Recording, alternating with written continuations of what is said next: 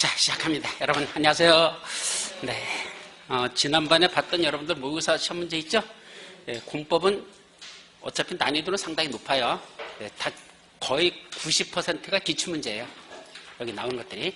근데 그것도 난이도도 조정하지 않고 그냥 기출문제 중에 10월달 가서나 풀을까 할 수 있는 문제들도 상당히 많습니다.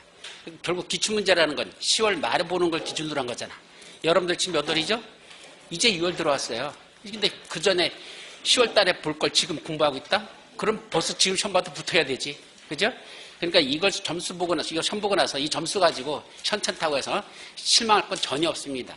이거는 지금 수준의 시험 문제가 아니라 어느 시험이다? 10월 말에 볼 수준의 시험 문제를 내고 있거든요.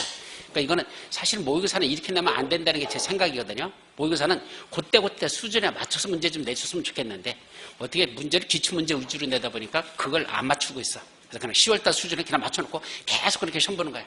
그럼 지금 몇 점 맞는 게 맞아? 제가 볼 때는 35점 맞는 게 맞을 거예요, 지금. 아마 35점만 맞아도 잘 맞는 거예요. 그냥 그게 기준이에요. 그러면서 10월달까지 꾸준히 그걸 끌어올리라 이 소리입니다. 근데 원래는 모의고사 그렇게 내면 안 되거든. 왜냐면 그럼 좌절해버려.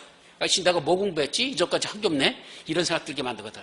그렇기 때문에 원래는 5월달이면 5월달 수준에 맞는 문제, 6월달이면 6월달에 맞는 수제. 그래가지고 꼬다리 끌어갑니다. 그럼 맨 모의고사 볼 때마다 몇 점 정도 나와야 되냐? 약 60점 내지 70점.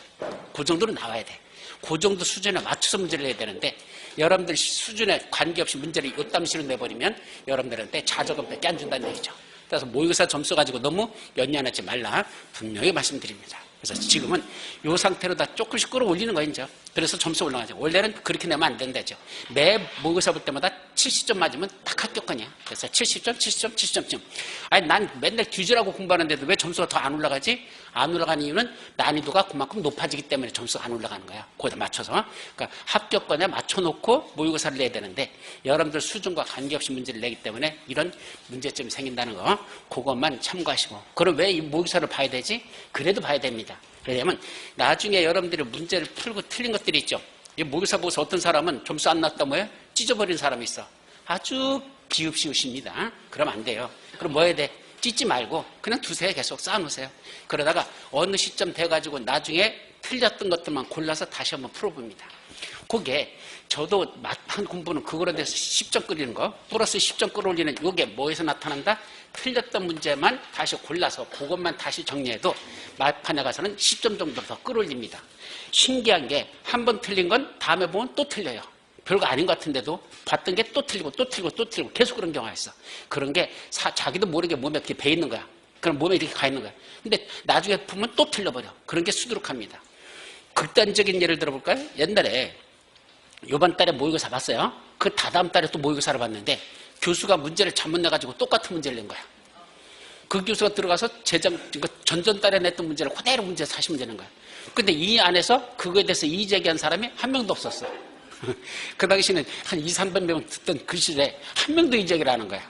그 중개사법 하나 옛날에 있었는데 그 과목에서 교수님이 잘못 내가지고 똑같은 문제를 두드러 해냈는데 아무도 이의제기를 하는 거야. 왜? 자기가 그런 문제를 봤다는 걸 생각을 못하고 있어. 그 당시에는 이제 막판에 가니까 문제를 정신없이 풀고 있거든. 많이 풀다 보니까 이게 내가 풀어봤던 건지 안 풀어본 건지. 근데 점수는 어떻게 되죠? 전보보다는 조금 올라가긴 올랐어. 근데 크게 올라가질 않아. 왜? 자기들이 그거에 대한 틀린 문제를 다 정확하게 내 거로 습득을 안 해서 그래요. 그러니까 제일 중요한 건 시험을 보고 나서 틀렸던 거에 대해서만 그것만 다시 한번 이게 뭐지? 그거 정리하는 거. 이게 더 중요한 거야. 그래서 맞춘 거, 그것도 찍어서 맞춘 거 말고 실력으로 푸는 건 이건 내가 공부가 돼 있는 거구나. 그리고 틀렸던 것은 그것만 다시 한번 책을 보면서 틀린 것만 정리하십시오. 이게 몇 점을 끌어올리기 위해서 시점을 끌어올리기 위한 그 전지 작업입니다. 그래서 틀렸던 것만 다시 한번 정리, 틀렸던 것만 정리. 틀린 걸 기분 나빠하지 마시고 틀렸다는 건 뭐죠? 내가 이걸 정확하게 모르고 있다는 얘기잖아. 그러니까 그것만 다시 정리해놓고 정리해놓고 이런 식으로 나가도 점수 끌어올리는 데는 상당한 도움이 됩니다. 그리고 한번 틀렸던 걸 다시 한번 정리하잖아요. 머릿속에 생각보다 오래가. 그게 그냥 우리가 이렇게 일반적인 문제 하나 풀어보는 거하고 실제로 시험을 보고 나서 그것 중에 틀린 것만 정리하면 머릿속에 그게 훨씬 더 기억력이 오래간다는 거죠. 도움이 된다는 얘기죠. 그러니까 문제를 갖다 틀렸던 걸 너무 안타까워하지 마시고 다시 뭐 하자? 그걸 내가 복습해서 내 거로 만든다. 사실은 제일 문제가 뭐냐면 지금 여러분들 머릿속에 공부량이 얼마나 들어있어요? 수치화 시키십시오. 머릿속에 몇 프로 들어있어? 몇 프로 들어있어? 몇 프로 들어있어? 모르죠. 내 머릿속에 내가 얼마큼 들었는지 아는 사람 세상에 한 명도 없습니다. 신이 아닌 한 그건 있을 수가 없어요. 그죠? 그럼 못 뺏기보다 시험을 봐봐야 내 머릿속에 그게 얼마나 들어있는지를 평가할 수 있고, 내가 이 문제에 대해서 알고 있느냐 틀리고 있느냐는 건 시험을 봐야 내가 이걸 이해하고 있었거나 이거 모르고 있었거나 그걸 판단할 수 있는 거죠. 따라서 시험이라는 건 내가 알고 있는 걸 평가해서 그중에 모르고 있던 거, 잘못 알고 있던 거, 그걸 수정해 나가는 작업, 이게 뭐다? 시험이에요. 모의고사 시험은 그게 가장 중요한 겁니다. 그래서 머릿속에 뭐가 들어있는지를 다 모르고 있는 걸 객관적으로 평가할 수 있는 건 시험밖에 없다. 그래서 시험을 봐가지고 거기서 틀린 것들만 내 거로 정리해 나가라. 그러면 성적이 쭉쭉쭉 올라가는 게 보입니다. 여기 모의고사 나왔던 게 7월달, 8월달, 9월달다 보면 그때 가서 또 문제 또 나와. 똑같은 문제들이야, 사실은. 왜? 실질적으로 중요한 내용들은 또 나오기 마련이거든요.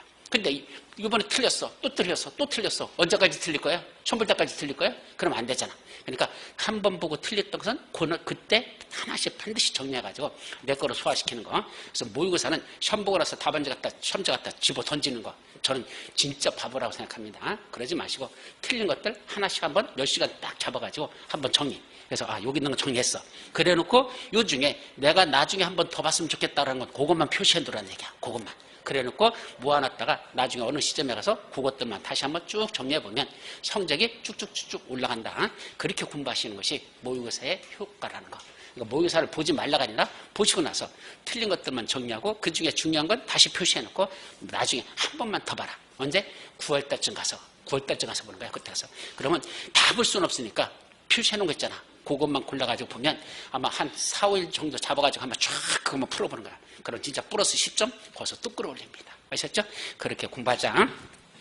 단연간 공부해본 경험상 또 수없이 합격생들 보는 입장에서는 그렇게 했던 분들이 가장 효율적이고 단기간 내에 가장 완벽하게 공부하는 수단 중에 하나가 그런 거라는 거 한번 참고로 말씀드리고 오늘 강의 들어갑니다. 자, 오늘은 몇 페이지 나가죠? 요약집 87페이지. 페이지 87입니다. 자, 무슨 방식 있죠? 수용 또는 사용 방식, 요거하고 환지 방식, 그런 내용이 마지막 남아있죠. 자, 먼저 수용 사용 방식. 사업을 시행할 때 수용 사용 방식을 하자. 몇 가지로 나눠질까? 크게 또 나눠보죠. 첫 번째는 의의와 관련된 내용들이 있어요. 그래서 의의에서 보자. 그래서 먼저 의의에서는 첫째는 누가 수용하지? 수용권자가 있어야 되겠죠. 그래서 수용권자와 관련된 거. 그때 수용할 때 적용되는 법률이 있어요. 그래서 수용과 관련된 특별한 예외가 있습니다.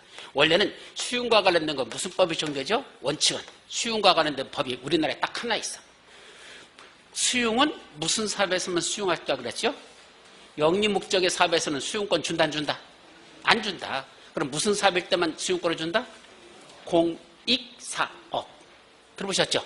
수용은 무슨 사업에서만 준다? 공익사업. 바로 공익사업에서만 수용권을 주거든. 그럼 공익사업과 관련된 법이 하나 있습니까? 예, 하나 있어요. 무슨 법이죠? 공익사업을 위한 토지 등의 취득 및 보상에 관한 법률이라는 게 있었어요. 자, 뒤지게 길어요. 또 있었어. 자, 수용은 무슨 사업에서만 주겠다?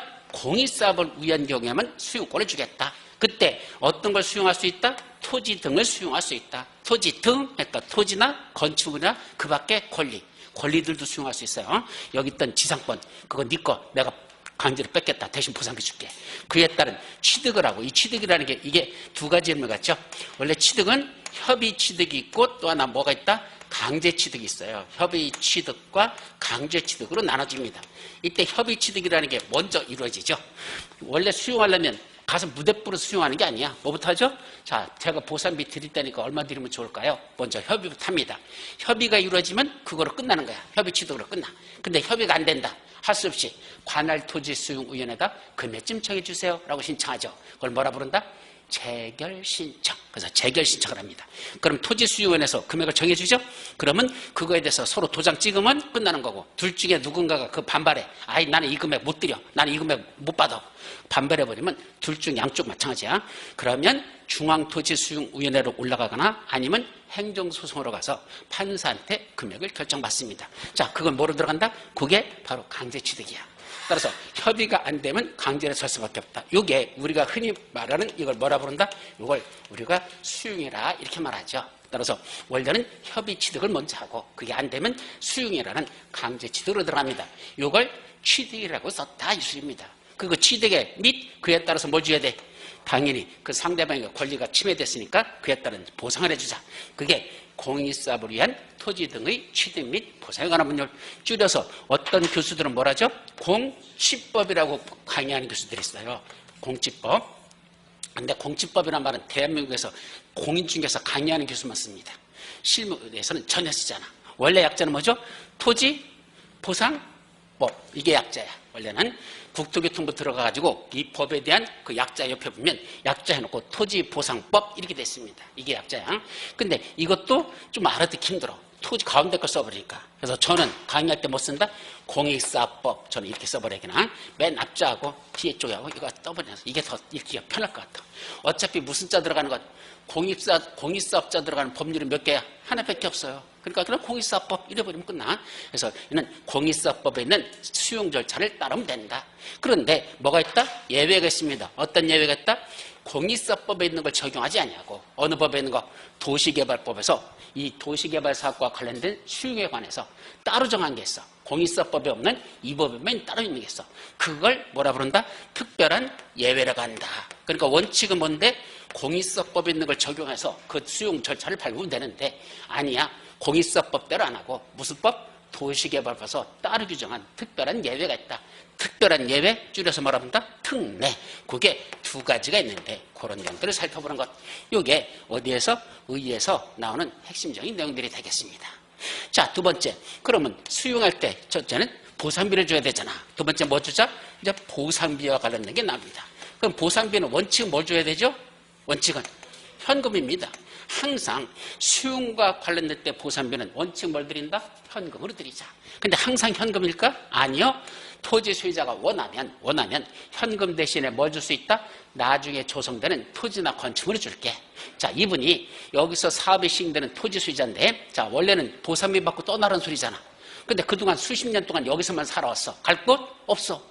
객지로 나가자니 불안해. 어떻게 해서? 여기 그냥 살고 싶어. 그럼 이분은 뭐 할 수 있다? 저기요, 저 보상비 주는 거 현금으로 주지 마시고 나중에 조성되는 토지나 건축물로 주면 안 될까요? 라고 원하는 경우가 있습니다.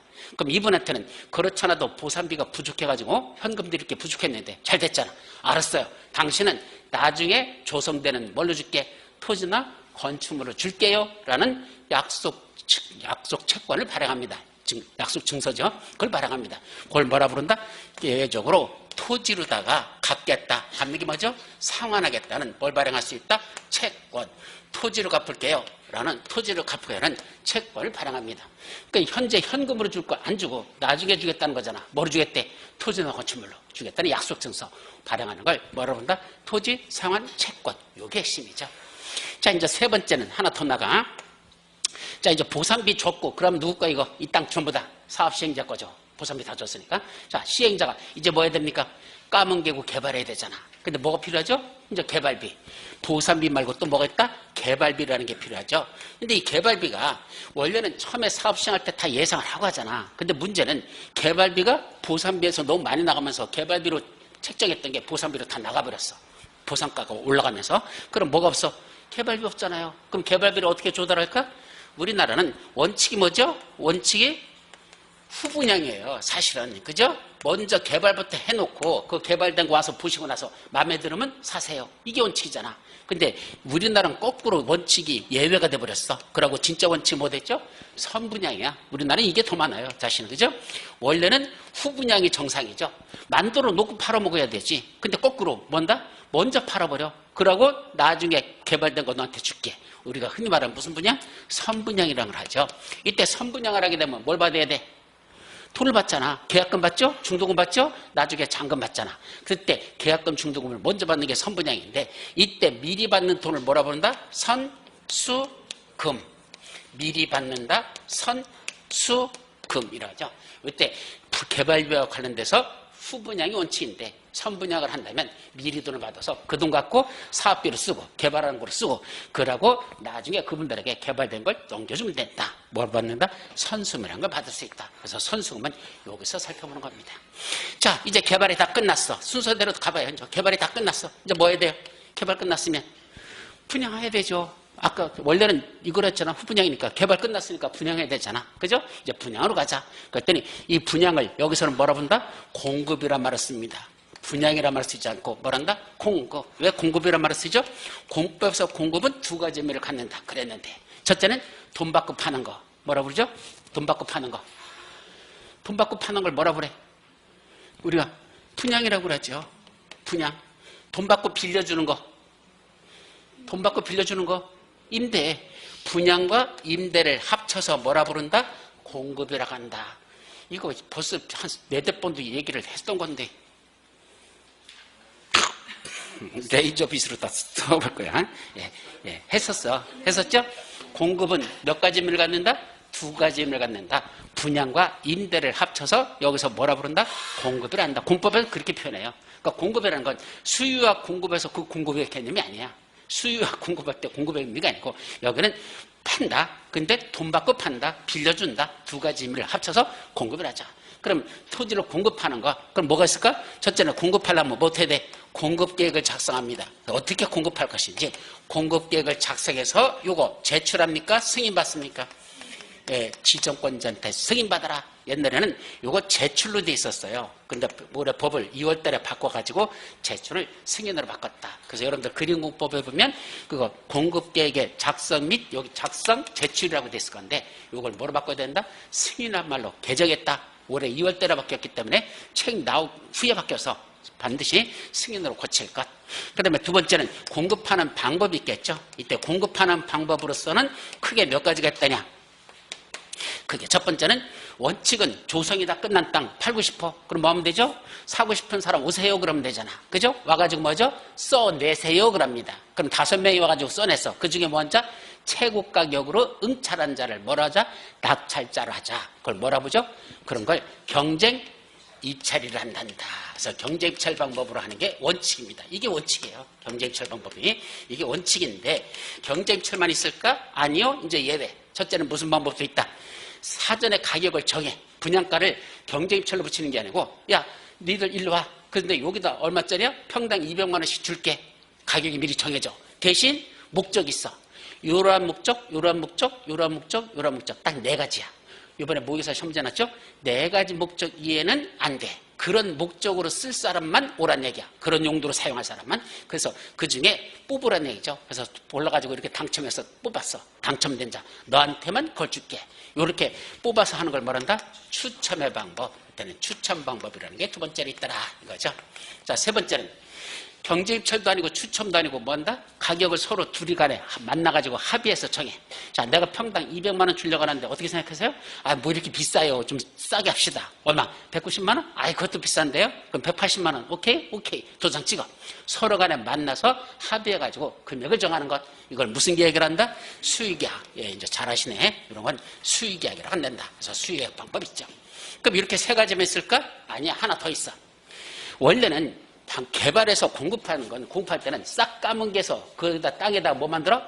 도로 만들어주고 그 다음에 전기시설, 가스시설, 통신시설, 지역난방시설, 상하수수시설 같은 걸 전부 다 땅속에 다 매설해서 각 필지마다 그거 다 공급을 합니다. 그래서 도시개발은 원칙은요. 건축물을 지어주는 사업이 아니라는 걸 조심하시기 바랍니다. 건물 지어주는 건 무슨 사업이죠? 정비사업이에요. 기존에 했던 노후불량 건축물 철거하고 새로 건물 져가지고 야 종전 토지나 건축물 소유자에게 넘겨주는 거. 이거는 정비사업의 성격이고 도시개발 사업은 그게 아니고 종전했던 토지를 가진 사람들에게 싹 까먹여서 새로 토지를 만들어가지고 도시개발 사업이라는 게 토지를 만들어서 그 토지에다가 각각의 필지마다 전기시설, 가스시설, 통신시설, 지역난방시설, 상하수시설 이런 걸 집어넣어주죠. 그럼 실제로 가보면 필지마다 뭐 있는지 아세요? 가운데 뭐가 이렇게 볼록하게 나와 있고 그걸 덮어놨어.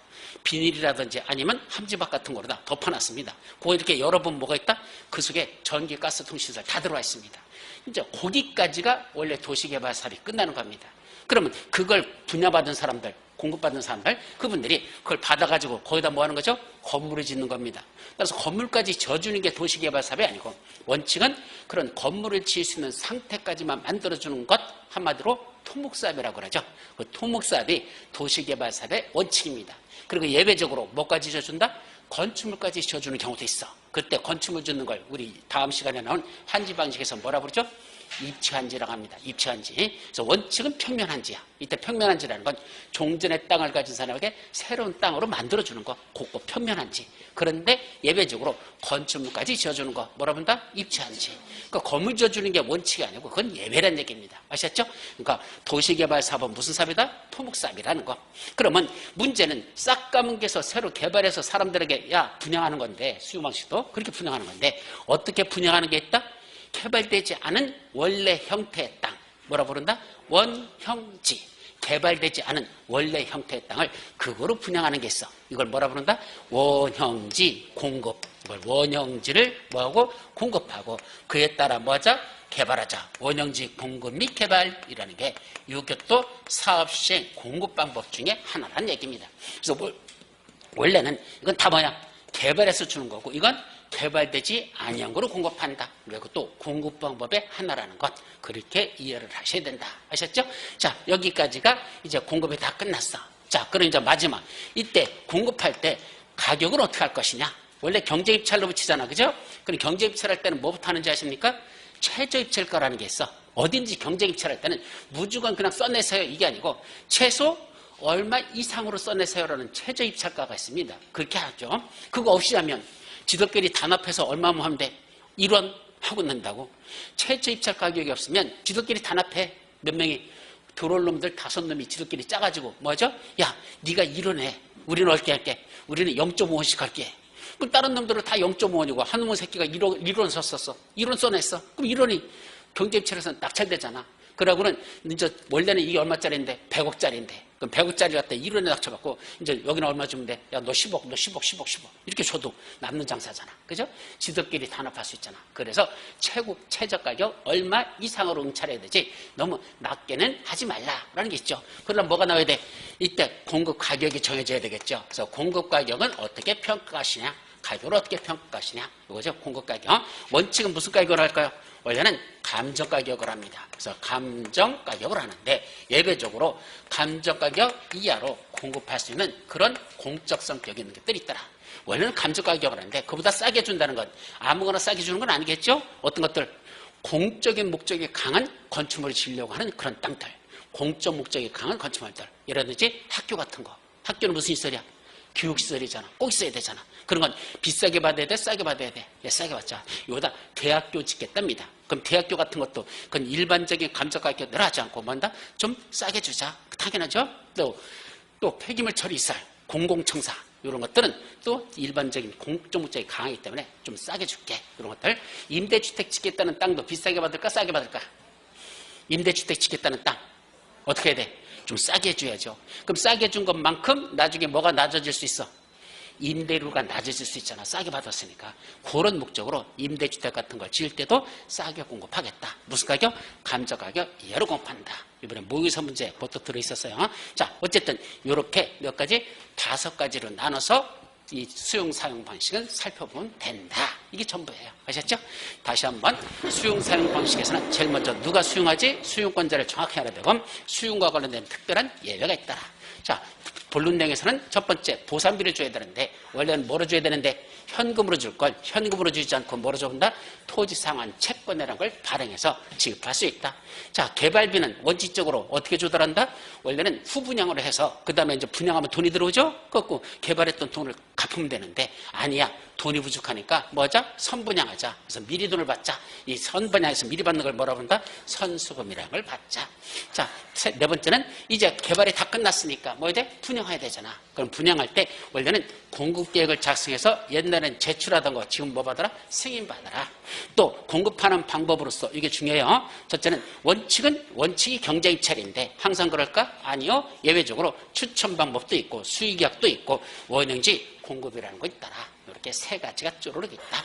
근데 이 원형지 공급의 내용이 좀 많아요. 그래서 이건 여러분들 책에서는 목차를 따로 정해가지고 만들었지만 사실은 공급 방법 중에 하나에 속한다. 이렇게 정리하면 됩니다. 그리고 이제 공급하는 가격은 어떻게 정해지지? 원래는 감정가격인데 공적 목적이 강한 건물 지을 때는 뭐로 준다? 감정가격 이하로다. 좀 싸게 주겠다. 이런 내용들이 있더라. 이렇게 틀을 잡아놓고 여기다 뭐 하면 돼? 살만 붙이면 되죠. 그죠? 예, 이제 살을 붙이자. 그럼 첫 번째 이제 수용권자. 누가 수용하죠? 잘 봐요. 조합을 제외한 모든 시행자는 수용할 수 있습니다. 이거 조심하십시오. 조합은 수용권이 있어 없어? 못한다고 그랬잖아. 사업 전부를 한지 방식으로 할 때는 누구만 사업 시행자가 된다? 예, 한지 방식으로 할 때는 조합이나 토지수자나 조합이 하는데 조합은 오직 무슨 방식밖에 안 된다? 한지 방식밖에 안 된다. 처음에 나왔었어요. 수용 방식 못합니다. 만약에 조합이 수용 방식으로 한다면 무슨 꼬라지가 되는 거야? 자, 여기가 도시개발 구역이야. 조합이 설립됐어. 근데 조합에서 뭐한대? 수용한대. 그럼 누구 땅을 수용하는 거야? 조합은 될 땅을 수용하는 거죠? 그죠? 그럼 조합은 땅을 하나씩 수용해. 야, 너 보상비 좀 바꿔. 떠나. 그럼 나중에 누구만 남아? 조합장 한 명 남겠지. 그죠? 여러분들한테 보상비 주고 다 나가라고 해놓고서 나중에 남는 거 누구밖에 없어? 조합장 한 명밖에 없을 거 아니야. 다 수용하고 있으니까 보상비 다 주고 내보내고 나면 남는 사람은.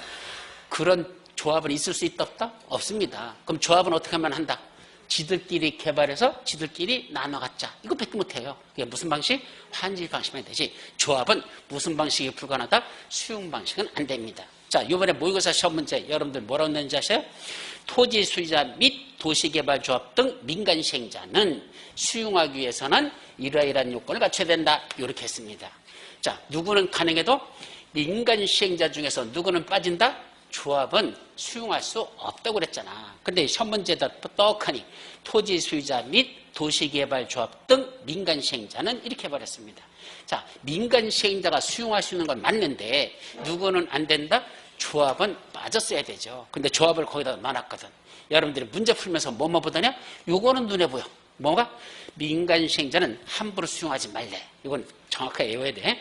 토지 면적 얼마? 3분의 이상은 뭐하고? 소유하고 토지사 총수 2분의 3의 돈을 받아야 된대.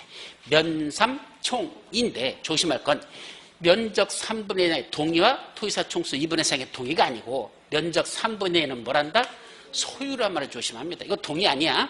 면적 3분의 이상은 소유하고 총수 2분의 3의 동의를 받아야 그래야 민간 시행자는 뭐 할 수 있다? 수용할 수 있다. 이걸 시험 문제를 냈는데 이 민간 시행자에다 뭘 집어넣었어? 도시개발 조합도 같이 그렇게 수용할 수 있다고 그걸 집어넣어놨거든.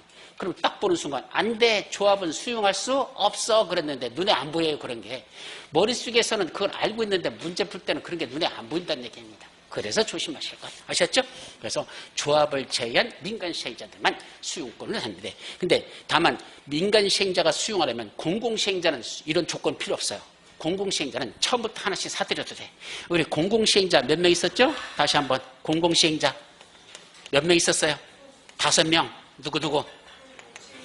국지공 정지. 복습 안 할래?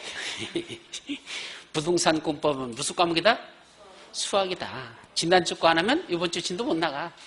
제발 좀 플리즈. 제발 좀. 그죠? 예. 제발 좀 진단주 거 복습을 하고 와야 수업이 원활하게 나갈 수 있지. 그냥 와가지고는 진도 안 나가. 자, 공공시행자 몇 명 있다? 5명. 누구누구? 국가, 지방자치단체, 공공기관, 정부출연기관, 지방운사. 이때 공공기관은 또 토수, 농, 관, 철, 매 6명 있다 그랬었죠? 자, 이런 걸 외워둬야 돼요. 이게 기본적으로 깔고 들어가야 돼. 그래야지 알지. 그러면 민간 시행자들은 뭐한다? 이런 요건을 갖춰야 수용할 수 있는데 누구는? 공공시행자는 이런 요건 필요 없다는 얘기입니다. 그럼 공공시행자는 처음부터 수용해도 돼. 야, 네 땅 내놔. 강제로 사들여도 되는데 민간 시행자는 안 된대. 그럼 민간 시행자는 어떻게 하라는 얘기야? 조합을 제외한 민간 시행자야. 전체 면적 얼마? 3분의 2니까 어디로 할까? 여기로 보자. 전체 면적 3분의 1뭐 요 정도 되겠네. 3분의 2는 뭐 해야 돼? 소유해야 됩니다. 이때 소유라는 건 뭐죠? 사들이라는 얘기입니다. 이거는 강제로 살 수 없어. 네가 알아서 능력과 사들이라는 얘기야. 그래서 소유권을 취득하라는 얘기야. 그럼 나머지 남은 게 얼마야, 이제? 요거 얼마 남았어? 3분의 1. 이건 누구죠? 이 사람들은 다 반역자들입니다. 여기서 반역자가 왜 반역자야? 파세요. 안 팔어. 파세요. 안 팔어. 파세요. 안 팔어. 이런 싸가지 없는 사람들을 뭐라 부른다? 여기는 반역자죠. 왜? 3분의 1까지는 사들였는데 나머지 3분의 1은 뒤져도 안 판다는 사람들이야. 이분들은 절대로 너한테는 이거 못 주겠다 이렇게 나오는 사람들이야. 그러면 어떤 때 수용권을 준다? 3분의 1을 소유하면 남은 3분의 1 있죠? 요걸 수용권을 주겠다는 얘기야. 그러니까 전체를 수용하는 게 아니라 3분의 1까지는 네가 사들이고 남는 땅 3분의 1 도저히 이 사람들은 팔질 않아? 그러면 이건 뭐 할 수 있도록 강제로 살 수 있도록 뭘 주겠다? 수용권을 주겠다. 법의 취지가 그렇다는 얘기죠. 그래서 3분의 1을 소유하라는 얘기는 이건 네가 능력과 사들이라는 얘기야. 그까지만 사들이면 남은 얼마는 3분의 1. 이거는 강제로 살 수 있게 해줄게. 근데 조심할 건 면적 3분의 1만 소유했다고 강제로 살 수 있는 게 아니라 뭐도 가져야 돼? 총수 2분의 3의 동의까지 받아야 돼요. 왜 이렇게 만들었을까? 자, 예를 들어보죠. 자, 땅이 이런 땅들이 있어요. 이거 앞에서 한번 설명했었는데 조합 설립에서 이때 1번 필지, 2번 필지 3, 4, 5, 6, 7, 8에서 여기 몇 명 있어? 98명 있다 그랬죠. 그럼 총 몇 명 있어요? 100명 있잖아. 그럼 이 중에 면적 3분의 1만 소유하라면 몇 개만 사들이면 돼? 2개만 사면 돼요. 몇 번? 1번 필지하고 2번 필지만 사들이면 면적 3분의 1만 됐어. 끝났어. 그죠? 그러면 나중에 뭐 할 수 있다? 그래, 강제로 수용할 수 있다. 나머지들은 다 수용할 수 있다. 그럴까? 안 된다는 얘기입니다. 전체 총수가 몇 명이야? 100명이죠? 1번 같이 합쳐서 이 100명 중에 몇 명까지는 받아야 돼? 2분의 1, 총수 2분의 3의 동의를 받으라 그랬잖아. 그럼 이 중에서 50명 동의도 받아야 돼. 그래서 면적 3분의 1만 소유했다고 해서 수용권이 주는 게 아니고 민간시행자는 전체 남은 여기 98명 남아 있었죠? 면적으로는 요거 작지만은 소유자로서는 98명이나 들어있어. 그럼 두 사람 거 합쳐서 100명. 100명 중에서 몇 명? 여기 이제 50명. 그래서 여기서도 몇 명 더 받아야 돼?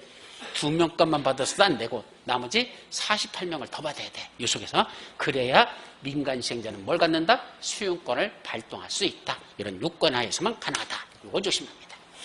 자, 이제 수용 사용과 관련된 특례가 뭐냐면 원래는 수용과 관련해서 무슨 법이 우선 적용한다 그랬죠? 공익사업법에 따라 수용하면 된다 그랬습니다. 그런데 아니야. 도시개발법에서 수용과 관련돼서 공익사업법과 다르게 특별한 예외 2가지를 두고 있더라. 첫째는 사업인접 및 고시가 있어야 수용할 수 있거든. 이때 사업인접 및 고시가 뭐라 그랬죠? 3월달에 강의했었는데 이 사업인접이 무슨 사업이야? 공익사업이라는 걸 인정받는 겁니다. 무슨 사업? 이 사업자 앞에 공익자가 빠져있는 거예요. 요자가 여기 들어있는 거야 사실은. 근데 제발 좀 저는 법을 만들 때 이걸 여기다 넣어줬으면 참 좋겠는데 이 새끼들이 만드는 새끼들이 여기다 안 넣어놨어. 그래서 여러분들이 사업이라는 걸 무슨 말인지 못 알아들어.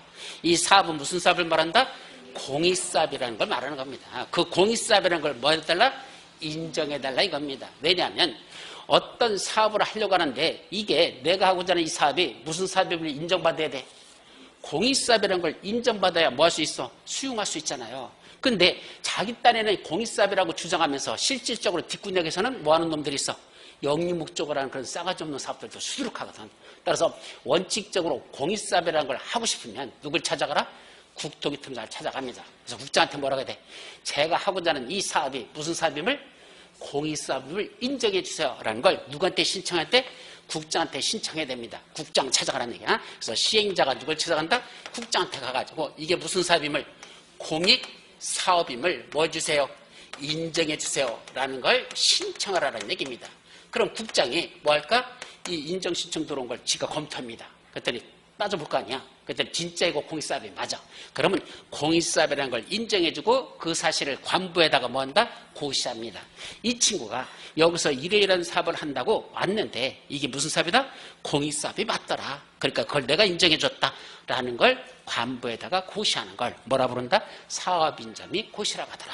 이걸 받아야 뭐 할 수 있어? 수용권이 생기는 거야. 그래서 수용하려면 반드시 사업인정 및 고시가 있어야 수용할 수 있다는 얘기입니다. 그런데 이 법에서 특례는 뭐다? 공익사업과 다르게 그런 인정 신청할 필요 없대. 원래는 그렇게 하라고 공익사업법에는 이렇게 하라고 돼 있어. 이 절차 필요 없대. 뭐만 있으면 된대.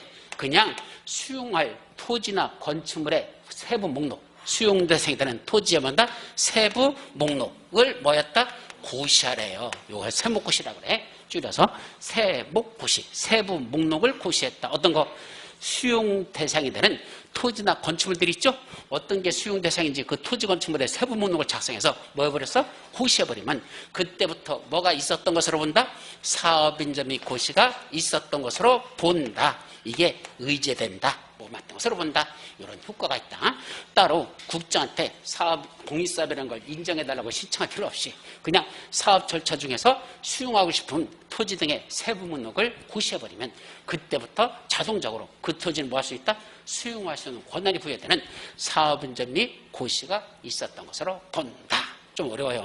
자, 두 번째는 뭐 해야 되죠? 재결 신청. 그럼 재결 신청은 원래 공익사업법에서는 언제까지 해야 되냐? 재결 신청이 뭐라 그랬죠? 재결 신청.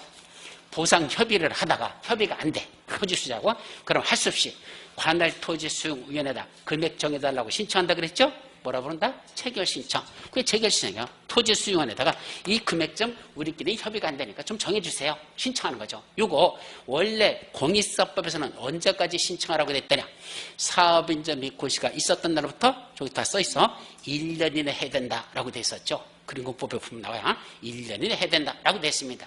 여기 굳이 1년 내에 해야 될까? 그럴 필요 없대요. 언제까지 하면 된대?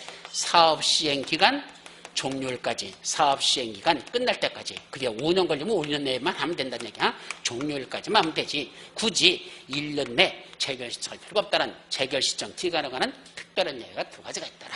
이게 전부예요. 아셨죠?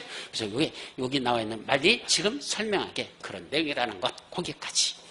자, 근데 이거는 이번까지 설명하지 7, 8월 달에서는 이렇게 자세하게 설명 안 합니다. 왜?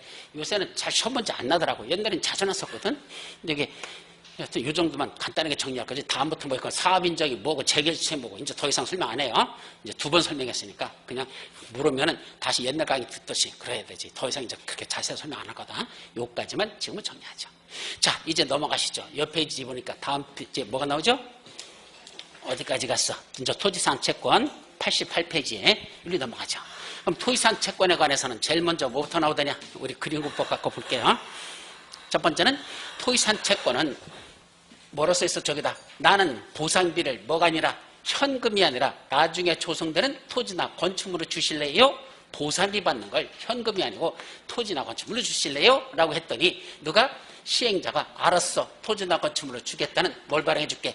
약속증서를 발행해 줄게. 그때 약속증서를 뭐라 부른다? 토지 상환 채권량을 발행한단다. 이때 모든 시행자들은 이때 그러니까 조합은 빠져요. 아까 말했더니 토지상환 채권은 조합은 빠져. 그래서 모든 시행자들은 뭐 한단다? 발행계획을 작성해서 지정권자한테 뭐 받을 거? 승인받아라 그랬는데 요거는 어디 나와? 요거야. 요거 먼저 나왔죠. 위에서부터 하자. 순서대로. 첫째, 발행하는 건 언제만 발행할 수 있다? 토지 수요자가 원하면 발행할 수 있다. 중요한 겁니다. 강제 발행 안 됩니다. 이거는 강제 발행은 있을 수 없고 오직 토지 수요자가 원할 때만 토지 상환 채권을 발행할 수 있다. 두 번째, 얼마까지만 발행한다? 토지 등의 매수대금의 일부를 지급하기 위해서 발행한다. 이때 매수대금의 일부란 뭘 말한다? 분양 대상 토지 건축물의 2분의 1을 초과할 수 없다. 즉 전체 분양하고자 하는 대상 토지나 건축물 있죠? 그거에 얼마까지만? 2분의 1, 2분의 1까지만 뭘 발행해? 채권을 발행할 수 있지. 너무 많이 발행하는 건 안 된다. 만약에 여기 있는 토지 수요자 전부가 뭘 원했어? 저 토지를 주세요. 여기 있는 사람 다 토지를 달래. 그런 건 무슨 방식이야? 그건 환지 방식이 되는 거야. 따라서 수용 방식에서도 일부 환지 방식의 성격을 갖는 게 뭐란다? 이게 토지상 채권이에요. 그래서 수용 방식인데 일부 보상비를 현금으로 주지 않고 땅으로 주겠다는 건 이건 환지와 비슷한 거잖아. 그죠? 땅으로 주겠다. 환지잖아. 그러니까 이 토지상 채권은 수용 방식에서 예외적으로 환지 방식을 조금 인용한 것이다. 이렇게 생각해도 무방합니다. 아셨죠? 그래서 전체 분양 대상 토지 건축물의 2분의 1까지만 채권을 발행할 수 있지. 전 사람들이 다 토지 원한다고 다 땅으로 주는 거. 이거는 수용 방식이 아니라 환지 방식이기 때문에 그건 안 된다라는 걸 조심합니다. 자, 세 번째는 토지만 주는 게 아니라 토지 또는 건축물을 상환한다. 예, 토지 상환 채권 내렸더니 토지만 주는 줄 알아? 아니에요. 건축물도 줄 수도 있다. 토지 또는 건축물을 상환한다. 그렇게 세 가지만 정리하죠. 자, 두 번째, 민간 시행자는 함부로 발행하지 말래. 은행이나 보험회사, 공제조합으로부터 뭘 받아야 돼? 지급보증을 받은 경우에만 발행할 수 있다. 누구만? 민간 시행자만 지급보증이 필요해요. 그럼 아까 공공시행자, 국지공, 정지 발행할 때 은행이나 보험회사, 공제조합으로부터 지급보증 받아야 돼? 안 받아도 돼? 걔들은 필요 없어. 그럼 지급보증이 뭐죠? 나중에 너희들한테 토지 건축물을 만들어줄게라고 약속했잖아. 그럼 나중에 약속해놓고 만들어준다? 안 만들어준다? 어떤 사회에서 못 만들어주게 되면 이 사람들은 뭐 되는 거야? 토지 수요자는 병신 되는 거죠. 아까 차라리 뭐를 해도 받았으면 현금으로라도 보상비 받았으면 됐을걸. 보상비 받았어, 안 받았어? 안 받고 나중에 토지건축물을 준다 해서 그거 기다리고 있었잖아. 그러다가 안 만들어지면 이 사람들은 다 작살나는 거죠. 이 사람들을 보호해야 돼, 안 해야 돼? 해야 되죠. 그래서 민간 시행자는 혹시 나중에 부도 나가지고 망할지도 모르니까 얘들은 함부로 발행하지 말고 뭐가 필요하다? 이런 은행이나 보험회사 공제조합을 뭐로 세우는 거야? 지급보증이라는 게 보증인으로 세우는 거야. 내가 못 만들어주면 누가 만들어주겠다? 은행이나 보험회사에서 대신 만들어주겠다. 이걸 뭐라 한다? 보증을 세우는 것. 그래서 이 사람들의 권리를 보호하려고 하는 것. 이걸 지급보증을 한단다. 누구만 지급보증이 필요하다? 민간 시행자만 지급보증입니다. 자, 여러분들 이번에 나왔던 모의고사에서 지방공사인 시행자는 금융기관에 지급보증을 받은 경우에 하나여 토지사업채권을 발행할 수 있다. 지방공사인 시행자는 민간 시행자야, 공공시행자야? 그러니까 국지공 정지 거기에 지방공사 들어있잖아. 공공시행자죠? 지급보증 필요하다, 필요 없다? 필요 없다. 민간 시행자는 지급보증이 필요하다 그랬잖아. 그러니까 그런 것들도 시험 문제로 출제가 잘 되는 내용이야. 그래서 기억하라는 얘기죠. 자, 또 발행계획을 작성해서 승인받는 거는요. 이건 누구다? 시행자는 그랬습니다. 여기 민간 시행자야, 그냥 시행자야? 그냥 시행자입니다. 이때 시행자는 얘들은 뭐 필요하다? 지정권자한테 발행계획을 작성해서 승인받으라고 돼 있어. 이때 조심할 건 발행계획을 작성해서 지정권자 승인받는 건 누굴 말한다? 민간 시행자든 공공시행자든 구분하지 않고 다 그러라는 얘기야. 다만 이 지정권자가 뭐 하는 경우 있죠? 지가 사업시행자가 되는 경우 있을 수 있잖아. 있었죠? 그럼 지가 지정권자가 사업시행자라면 지는 발행계획을 작성할까 안 할까? 공공시행자라면 이때 공공시행자의 지정권자가 사업시행자라면 지는 발행계획을 작성한다 안 한다? 작성합니다. 합니다. 다만 뭐 받으러 가지 않는다? 승인받으러 가지 않습니다. 승인권자가 누구야? 자기입니다. 지가 지한테 셀프 승인 내줄 필요가 없습니다. 그러니까 시행 지정권자를 제외한 모든 시행자는 발행계획을 작성해서 지정권자의 승인받아라 그랬는데 물론 지정권자도 사업시행자라면 작성을 해야 돼. 다만 승인받으러 갈 필요가 없습니다. 승인권자가 누구니까? 자기니까. 발행계획도 없이 발행하는 게 말이 안 되는 소리잖아. 그러니까 발행계획은 작성하는데 승인받으러 가느냐 안 가느냐. 누구는 안 간다? 지정권자가 사업시행자였다면 필요 없고 지가 셀프 승인 내줄 필요가 없으니까. 나머지들은 다 발행계획을 작성해야 된다. 공공시행자든 민간시행자든 다 작성한다. 그러니까 지급보증 받는 건 민간시행자만, 발행계획 승인받는 건 모든 시행자, 지정권자를 제외한 모든 시행자. 아셨죠? 이렇게 정리합니다. 자, 그러면 이거 타인에게 양도할 수 있을까? 무슨 증권인데도 불구하고 김영식 증권이라는 거. 원래 김영식이라는 거 뭐죠? 이름을 기재한 거잖아. 근데도 뭐 할 수 있다? 타인에게 이전 양도할 수 있다. 아주 중요한 겁니다. 원래는 김영식은요, 타인에게 이전 양도를 못하도록 만든 거야. 근데도 뭐 할 수 있어? 양도할 수 있다는 게 중요하죠. 이때 넘겨받는 사람을 뭐란다? 취득자라고 하죠. 그럼 취득자는 자기의 성명과 주소를 어디다? 채권 원부에 기재해달라고 요청하여야 한다. 보세요. 처음에 이분이 보상비를 주려고 했더니 뭐로 달래? 자기는 채권 달래. 그래서 이분한테 채권 발행했죠. 그때 성명과 주소를 기록했어 안 했어? 기재했어 안 했어? 금방 김영식 증권이라고 그랬잖아. 발행했죠? 이분 서로 이름 적어줬죠? 자, 그때 이분이 갖고 있는 건 뭐죠? 채권, 토지산 채권. 나는 시행자, 발행자, 시행자. 나는 여기 뭘 갖고 있을까? 채권 원부. 채권 원부. 채권 원부가 뭐야? 누구한테 얼만큼 발행했는지 그거에 대한 걸 내가 장부를 갖고 있어야 돼? 안 갖고 있어야 돼? 장부를 가지고 있어야 나중에 오면 장부 찾아보고 당신 뭐 만대 알아서 줄게. 당신 만대 줄게. 이렇게 하지. 나는 발행해놓고 그거에 대한 증거가 없으면 나중에 누구한테 어떻게 발행하는지 나 모르잖아. 말이 안 되죠? 내가 뭘 갖고 있었나? 장부를 가지고 있습니다. 그 시행자, 발행권자가 가지고 있는 장부를 뭐라 부른다? 토지, 상환, 채권, 원부라고 한다. 그래서 채권은 저 토지 수요자가 갖고 있는 거고 원부는 발행자인 시행자가 갖고 있는 겁니다. 아셨죠? 이거부터 정리해야 돼. 개념을. 그러면 이 친구한테 발행해준 채권을 줬고 성명을 줬겠죠. 그럼 이 친구는 여기다 팔았어. 그럼 이 넘겨받은 사람은 뭐란다? 취득자. 이건 김영식 증권인데도 이전 양도 가능하다 그랬잖아. 그래서 나중에 돈이 부족하면 갑자기 돈이 필요해서 뭐해? 팔아서 현금화 시키는 거 인정하겠다는 얘기야. 그럼 팔았죠? 넘어봤죠? 그럼 이분 누구 찾아와야 돼? 발행자인 시행자 찾아와야 됩니다. 와서 뭐라고 하죠? 이제는 저 사람이 소유자가 아니고 누가 소유자다? 내가 소유자니까 어디다가 내가 갖고 있는 장부가 뭐죠? 채권 원부. 거기에 누구 이름을 기재해달라고? 취득자 자기의 선명과 주소를 기재해달라고 뭐 해야 된다? 요청하여야 한다. 따라서 이 채권 원부에 이 사람의 성명과 주소가 기재돼야 무슨 효과가 있어? 소유권 이전 효력이 있는 겁니다. 소유권 이전 효력은 그냥 넘겨줬다는 거로 이전하는 게 아니고 넘겨받은 사람이 자기의 성명과 주소를 채권 원부에 기재해달라고 요청해서 여기 이름이 기재돼야 비로소 소유권 이전의 효력이 발생한다는 것. 그렇게 정리해야 됩니다. 아셨죠? 자, 그런데 문제는 이 친구가 갖고 있던 채권 있잖아. 여기다 넘겨줘야 돼? 안 넘겨줘야 돼? 채권. 종이축제 갖고 있잖아. 넘겨줘야 돼? 안 넘겨줘야 돼? 넘겨줘야 되죠. 넘겼잖아. 팔았잖아. 팔았는데 말로 팔을 거야? 아니잖아. 채권 넘겨줘야 될 거 아니야. 그럼 넘겨받은 채권 있죠? 거기에 누구의 이름이? 취득자의 성명과 주소가 어디다? 채권, 원부 말고 그 채권에 자기의 성명과 주소가 기재되지 않으면 발행자나 제3자에게 대항할 수 없다. 예, 대항요건, 즉 자기 거라고 주장하려면 그게 대항요건이죠. 그 자기 거라는 권리를 주장하는 게 대항인데 대항요건을 갖추려면 발행자나 제3자에게 대항하려면 채권에 자기 취득자의 성명과 주소가 기재돼야 되지. 기재되지 아니하면 발행자나 제3자에게 대항할 수 없다. 그래서 원부에다가 기재하고 채권에다가 기재되고 둘 다 기재가 돼야 되지. 그것 중에 하나가 빠지면 안 돼요. 원부에 기재되면 소유권 이전한 효력이 있고 채권에 기재되면 대항요건을 갖춘다. 그렇게 기억해둬야 됩니다. 자, 여기까지가 뭔가 토지상한 채권에 관한 거. 자, 이제 넘어가서 원래 이게 뭐가 우리 책에 보면 뭐가 나오죠? 예, 선수금이 나와요. 그래서 선수금은 간단하게 정리할게요. 첫째, 선수금은 함부로 받을 수 없어. 전부 일부를 받을 수 있는데 이때 선수금 받으려면 뭐가 필요하다?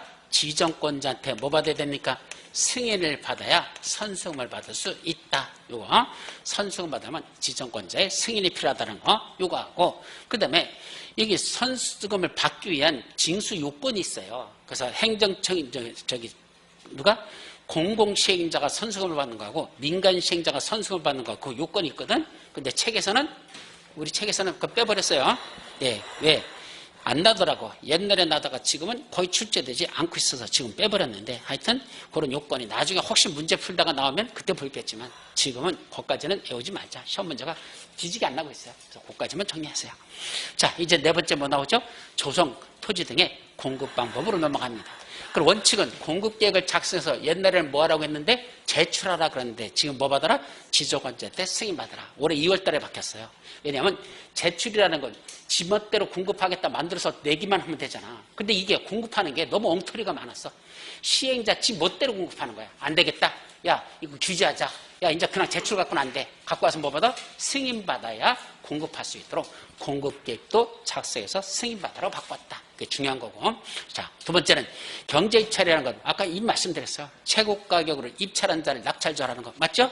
두 번째, 추첨의 방법으로 하는 건 몇 가지가 있다? 네 가지. 어떤 거? 첫째, 국민주택 규모 이하되는 주택건설 용지를 공급할 때. 두 번째는 공공택지를 공급할 때. 여러분 모의고사 이거 났죠? 이거 났어. 공공택지 공급은 뭘 한다? 추첨의 방법을 하겠다. 세 번째, 330점부터 해야 되는 단독주택용지를 공급할 때. 네 번째, 공장용지로 공급할 때. 이런 것들은 무슨 방법이 가능하다? 추첨의 방법으로 할 수 있더라. 이 추첨 방법 이렇게 네 가지로. 여러분들 책에는 세 가지 식으로 나눴죠? 네, 맨 밑에 마지막 공장용지 있죠? 그 공장용지를 4번으로 써가지고 넷으로 나누십시오. 그게 더 정확한 표현이야. 그래서 이렇게 네 가지만 추첨 방법으로 할 수 있단다. 자, 그 다음에 수의계약으로 할 수 있는 것들은 어떤 게 수의계약이죠? 학교용지, 공공청사용지 등 공공용지를 국가나 지방자치단체에게 공급한다. 자, 학교라고 할 때 학교는요, 사립학교가 아니고 국공립학교를 말한다고 생각하면 돼요. 왜? 누구한테 주는 거니까? 국가나 지방자치단체한테 공급한다 그랬잖아. 그래서 국가나 지방자치한테 공급하는 학교는 국공립학교를 말한단다.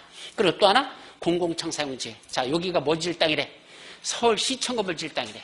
공공청사. 그럼 서울시청 건물 지을 땅 살 사람 오세요 그러면 몇 명 온다? 한 명 온다. 누구? 서울특별시청. 그죠? 하나밖에 없을 거 아니야. 그럼 걔한테 경제입찰을 붙일 거야? 추첨으로 할 거야? 그때는 뭐밖에 없다? 수의계약. 당연한 얘기입니다. 그래서 이것도 이번 모의고사 났던 거고. 또 두 번째 거 이것도 났었죠. 토지상한 채권에 따라 토지를 상환하는 경우. 이게 뭐죠? 왜 토지상한 채권에 따라 토지를 상환할 때는 뭐로 한단다? 수의계약으로 할까? 아까 토지상한 채권은 강제 발행된다 안 된다? 안 된다. 토지 소유자가 원할 때만 된다 그랬죠. 자, 그럼 봐봐. 보상비를 주는데 여기 있는 사람들에게 평당 10만 원씩 주면 보상이 다 끝날 줄 알았어. 그래서 10만 원씩 줘가지고 전체 보상비를 계산했더니 1,000억이래. 근데 막상 보상 단계에 들어가니까 주변에 땅값들이 많이 올라가가지고 평당 10만 원 갖고는 보상이 안 돼. 얼마 줘야 돼? 20만 원. 그럼 총액 얼마가 필요한 거야? 2,000억. 근데 자금 마련한 것 1,500개 마련 안 했잖아. 돈이 부족하죠. 그러면 보상비를 주다 보니까 나중에 뭐가 부족해져? 보상비가 부족하죠? 그럼 이 사람은 이제 돈 주세요 라고 하면 뭐라고 하죠? 야, 이씨 돈 없어. 너 나중에 땅으로 줄게. 토지를 줄게. 너는 건물을 줄게. 너 토지를 줄게. 건물을 줄게. 강제로 다 토지산 채권을 발행하는 건 된다 안 된다? 안 된다 그랬잖아. 근데 돈은 없고 현금은 없고 뭐로 줘야 돼? 나중에 조선되는 땅으로 줬으면 좋겠는데 이 인간들이 뭔다? 아니래. 현금으로 달래. 그러면 이거 골치가 아파지잖아. 그때는 뭐 하는 수밖에 없다? 흥정하는 수밖에 없죠. 자, 이분한테 예를 들어봐. 보상비 줄게 1억이야. 생각 잘해보자. 1억이야. 근데 평당 얼마씩 현재 주더냐? 이 사람한테 이제 땅으로 줄 거. 이 땅값이 얼마 되냐? 한 200만 원 정도가 현실 가격이야. 그럼 평당 200만 원씩 준다면은 몇 평을 주는 거야? 1억에 해당하면 200만 원, 2천만 원 5배니까 50평인가? 50평이야? 500평이야? 1억이라 뭐 산수하자. 그럼 평당 얼마라고? 200만 원씩 지급한다고 그랬어. 그럼 1억에 해당하는 만큼 몇 평을 주면 돼? 200 곱하기 얼마면 돼? 50 하면 되잖아? 200만 원, 2천만 원, 50, 1억. 맞지 않아? 내가 잘못한겨? 그럼 50평 주면 되잖아. 그죠? 그럼 이게 1억이란 돈이 되잖아. 참 산수하기도 골치 아프다. 무슨 누가 요새 이거 이렇게 계산하냐? 핸드폰에서 그죠? 전자계산기 띄워가지고 계산기 두들기고 앉아있지? 아, 두들겨 봐. 이렇게 맞을 거야. 몇 평 준다? 50평. 그럼 이분한테 얼마 주면 돼? 너 나중에 땅으로 몇 평 줄게? 50평 줄게. 그랬더니 이분이 뭐라죠? 아이씨 필요 없어요. 현금 주세요. 아, 돈은 없는데 땅으로만 돈으로만 달라고 하고 그때는 뭐하죠? 흥정해야죠. 야, 너한테 좀 싸게 줄게. 얼마 주겠대? 너 100만 원 해줄게. 그럼 100만 원 해주면 몇 평 주겠다는 얘기야?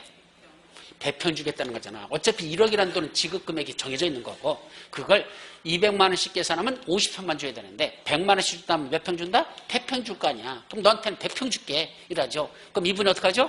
계산해 보는 거죠. 그죠? 가만히 있어봐. 지금 돈으로 받는 것보다도 나중에 땅으로 받으면 얼마에 받는 거야? 평당 100만 원에 팔으면 얼마가 될 수 있어? 200만 원이 될 수 있네. 그럼 나는 버는 거잖아. 그죠? 반은 버는 거잖아. 그럼 그래요. 그럼 땅으로 주세요. 이렇게 할 수 있잖아. 결국 토지산 채권은 강제 발행이 아니고 협의 발행이기 때문에 토지주가 원하지 않으면 강제 발행이 안 되니까 혹시 팔긴 팔아야 되는데 땅으로 주긴 줘야 되는데 이 사람이 원하지 않으면 뭐 할 수밖에 없다? 가격을 흥정해서 이렇게 정할 수밖에 없습니다. 무슨 계약이 된다? 수익계약이 될 수밖에 없다. 그렇게 정리하시기 바랍니다. 자, 이제 뭐도 있죠? 경제유찰이나 추첨을 했는데 몇 번 이상 유찰됐어? 2번 이상 유찰되면 세 번째는 뭐 들어간다? 수익계약으로 공급해도 좋다. 2회 이상 유찰되면 세 번째는 수익계약. 이것도 기억해 두도록 합니다. 아셨죠? 자, 어렵지 않아요. 잘 생각해봐. 논리적으로 맞아. 이제 뭐가 나오죠? 원형지 공급과 개발. 이번 모의고사에서도 이거 나왔었죠? 자, 원형지가 뭐라 그랬어요? 원형지 보세요. 이게 원형지야. 이게 원형지야. 여기 보니까 몇 년 된 소나무가 있다 그랬죠? 이거 강의할 때 몇 년 된 소나무가 여기 우거져 있다. 몇 년? 이거 벌써 세 번째 들어가는 거거든.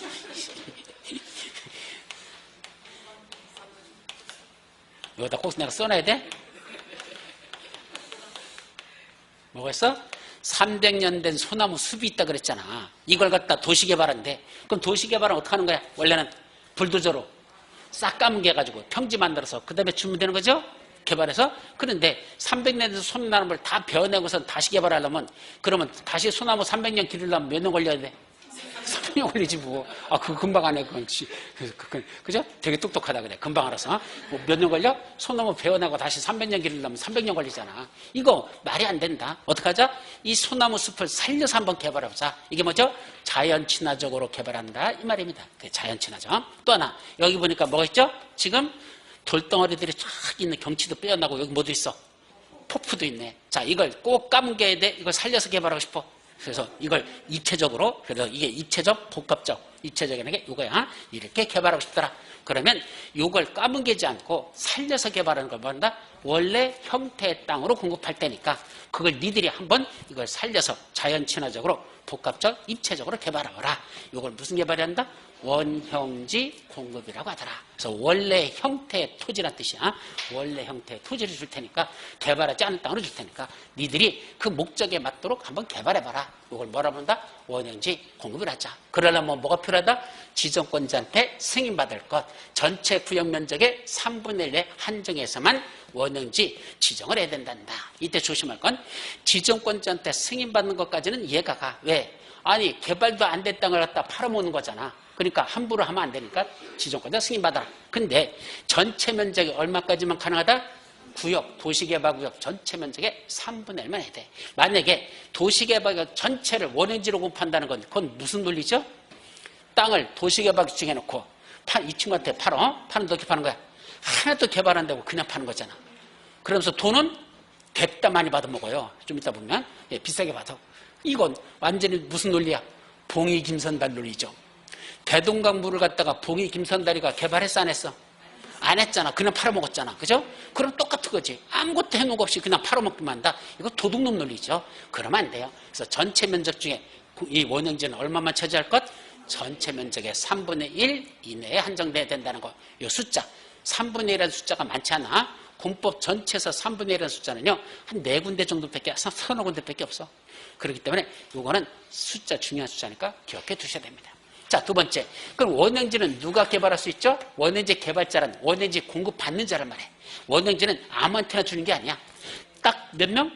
여기는 5명으로 되죠. 5명만 주겠다. 근데 원래는 6명이야. 오늘 7명이야. 정확히 말하면. 첫째는 국가나 지방자치단체 묶어서 하나로 봐서 행정청인자들.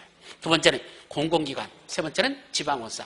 자, 국가, 지방자치단체, 공공기관, 지방원사 합쳐서 뭐라고 그러죠? 공공시행자. 근데 공공시행자 중에 하나가 빠졌네? 누구? 정출. 정부출연기관은 여기 들어있어 안 들어있어? 안 들었어요. 공공시행자 중에서 정부출연기관 제한 나머지 4명. 국, 지, 공, 지. 정자가 빠져있어. 아셨죠? 그걸 조심하실 것. 그 다음에 국가나 지방자치단체나 공공기관의 시행자가 뭔데? 실시한 공모에서 선정된 자. 이게 무슨 말이죠? 원래는 누가 수행자야? 국가나 지방자치나 공공기관들이 지들이 사업시행자야. 그런데 여기를 봐봐. 이 소나무 수습을 어떻게 개발하면 이걸 훼손하지 않고 정말로 멋지게 개발할 건지 아무리 그 머리를 굴려봐도 머리에서 계산이 안 나와. 방법이 안 나와. 참 골치 아파. 그때는 뭐 하죠? 야, 이거 뭐 하자? 공모에 붙이자. 이 공모가 뭐 하는 거죠? 공모가. 이 땅을 개발하는데 어떻게 개발해 주겠는지 니들이 뭐 하라는 얘기야? 그래서 한번 가져와 보래. 그 중에 가장 잘 만들어온 사람 있죠? 그분을 뭐 하겠다? 선정된 자. 그 사람을 원형지 개발자로 널 지정할 테니까 네가 그렇게 공모한 대로 네가 개발해봐라. 이건 뭐죠? 공모하는 겁니다. 따라서 원형지를 갖다가 실시해서 공모해서 거기서 선정된 자한테 너한테 네가 제일 잘 만들어왔으니까 네가 그렇게 개발하라고 그 자를 원형지 개발자로 선정할 수 있다. 이거죠. 또 학교나 공장 등의 부지로 직접 사용하는 자. 자, 여기서 조심할 건 여기 있는 위에 있는 요 4가지는요. 요 4가지는 다 뭐다? 공적인 목적과 관련된 시행자들이 관여해. 근데 어떤 건 5번째 건 아니야. 이때 학교라고 하는 건 사립학교 같은 대학교 같은 걸 말합니다. 대학교 용지 또는 공장부지 용지. 이거는 공공시행자가 아니고 민간인들한테 공급하는 겁니다. 성격이. 따라서 이때 민간인들 중에서 학교나 공장 등의 부지로 사용하고 있는 자 얘들한테 공급할 수 있대. 그래서 여러분들 상식으로 생각하면 우리 학교 있잖아요. 학교 같은 거 보통 요새 옛날 짓는 거 말고 최근에 짓는 거 보면 다 어디다 줘? 산에다 줘요. 그래서 거기다 올라가는데 경사도 되게 가파르잖아. 그래서 여학생들이 되게 싫어해요. 그런 학교. 그죠? 왜? 종아리 굵어진다고. 오르락내리락 하다 보면 그죠? 올라가는데 30분, 저쪽 옆으로 가는데 20분 뭐 이래가지고 산에서 맨날 hov적거리고 오르타니까 뭐만 굵어진데 종아리 굵어진다고 싫어하는 게 요새 대학교 짓는 거거든. 그러니까 거기는 까문 게 안 까문 게 써. 안 까면 그 산을 줄 테니까 산에다 니들이 알아서 개발하라. 그게 바로 학교나 공장 등의 부지로 직접 사용하는 자에게도 원형지를 공급할 수 있다. 이 말이죠. 자, 이걸 왜 구분했는지는 좀 이따 여기서 나와. 선정 방법. 원칙은 무슨 계약? 수의계약입니다. 왜요? 공공기관들이 하기 때문에 걔들한테는 경제입찰을 붙일 수가 없어. 어차피 뭔다? 수의계약. 다만 학교나 공장부지 있죠? 요거는 수의계약이라 무슨 계약이다? 원래는 경제입찰. 왜냐면 특정인한테 수의계약 해버리면 특혜가 될 수 있으니까 원래는 뭘 붙이자? 경제입찰. 다만 경제입찰 붙였는데 몇 회 이상 유찰됐다? 역시 2번 이상 유찰됐다? 다시 무슨 계약? 수의계약으로 들어갑니다. 그러니까 공법 전체를 통틀어서 원칙이 수의계약인 건 여기밖에 없어요. 딴 데는 다 원칙, 경제입찰, 예외, 수의계약 이렇게 되거든. 근데 여기는 거꾸로야. 왜? 원형지 공급받는 개발자들이 원래 공공사업 주체이기 때문에 원칙은 얘들한테는 수의계약으로 주고 예외적으로 학교나 공정부지만 경제입찰인데 그것도 2번 이상 유찰됐다? 그때는 수의계약으로 가자. 아셨죠? 또 공급하는 가격은 원칙은 개발계획이 반영된 감정가격에 기반시설 공사비를 더한 금액을 기준으로 협의회에 결정한다. 이번에 모의고사 문제 났었죠? 이거. 자, 공급 가격이 가만히 보세요. 얼마에 싸게 판다는 거예요? 비싸게 판다는 거야? 이 말뜻은. 하나도 개발 안 된다고 팔잖아. 비싸게 받아야 돼? 싸게 받아야 돼? 싸게 받아야 되죠. 그래서 싸게 받는다고 돼 있죠? 그래요? 잘 봐봐. 개발 계획이 뭐래? 반영된 감정가격이래요. 원래 감정가격은 개발 전에 값어치로 평가합니까? 개발 후에 값어치로 평가합니까? 평가할 때 개발 전 형태를 보고 그거를 감정평가하잖아요. 근데 이때 가격은 뭐래? 아니래. 개발 계획이 뭐야? 장차 이렇게 만들겠다는 희망상이잖아. 그럼 개발됐을 때 희망상이죠? 그걸 반영된 감정가격이니까 개발됐을 때 가격으로 평가하겠다는 얘기입니다. 엄청나게 비싸지는 겁니다. 이거 비싸지는 거예요. 아셨죠? 이거 싼 거 절대 아니다. 개발 계획이 반영된 감정가격이란 개발 후에 평가는 그거로 다 감정평가하겠대. 뒤지게 비싸지는 거야. 거기다가 뭐까지 준다? 여기까지 들어가는 진입로 같은 도로 만들었을 거 아니야. 그건 진입로인데 뭐가 들었어? 기반시설 공사비. 그걸 2개를 합한 걸 뭘 한다? 기준으로 한대. 그래서 뭐 한다? 협의해서 결정한대요. 자, 그렇다면 문제. 원형지 공급 가격은 그럼 무슨 가격이냐? 원형지 공급 가격을 고르시오. 1. 공시지가. 2. 감정가격. 3. 시가. 4. 기준가격. 5. 협정가격. 돌아버린다. 어떤 거야? 무슨 말인지도 못 알아들어. 지금. 그죠? 가격, 마지막 협정가격. 협의해서 정한다. 협정가격입니다. 아셨죠? 그러니까 둘을 합친 게 뭐가 된다? 기준가격이야. 근데 기준가격으로 한다? 아니야. 그 가격으로 하는 거 아니야. 그걸 갖고 뭐 한다? 협의해서 정하라. 그러니까 결국은 마지막은 무슨 가격이다? 협정가격이 마지막 결론이 된다. 이 소리입니다. 아셨죠? 그래서 헷갈리지 마세요. 그래서 2가지를 합한 걸 기준으로 협의해서 결정한다. 결국은 마지막은 협정가격이 되는 겁니다. 자, 원행지 일정 기간 동안 팔지 말래. 어떤 까지? 원행지 공급 계약일부터는 10년, 원행지 공사완료 공고일로부터는 5년 중 먼저 끝나는 기간 동안은 매각할 수 없는데 시험 문제는 이게 나는 게 아니고 누구는 그런 제한이 없다? 국가나 지방자치는 매각 제한을 받지 않는다. 언제든지 제가 팔고 싶을 때 팔으면 되는 게 국가나 지방자치. 이게 시험 문제 났던 겁니다. 아셨죠? 마지막 조성토지 등의 가격을 평가할 때는 원래는 무슨 가격? 감정가격. 예외? 감정가격 이하. 이번에 모의사 났어요. 어떤 거? 학교나 폐기물 처리시설, 공공청사, 무료 사회복지시설. 여기다가 이번에 시험 문제 난 건 아까 뭐 들어있다 해서 임대주택, 임대주택 부지 이런 것들은 뭐한다? 감정가격 이하로 싸게 공급할 수 있다. 그래서 학폐공사, 조폐공사, 형님, 학폐공사 이런 것들은 싸게 공급할 수 있다. 그렇게만 정리해 두시면 됩니다. 아셨죠? 자, 여기까지가 무슨 방식? 예, 이제 수용 방식에 관한 게 다 끝났습니다. 아셨죠? 이제 뭐가 나오죠? 환지 방식에 관한 건데 그거는 다음 시간에 살피도록 합니다. 쉬었다 가시죠.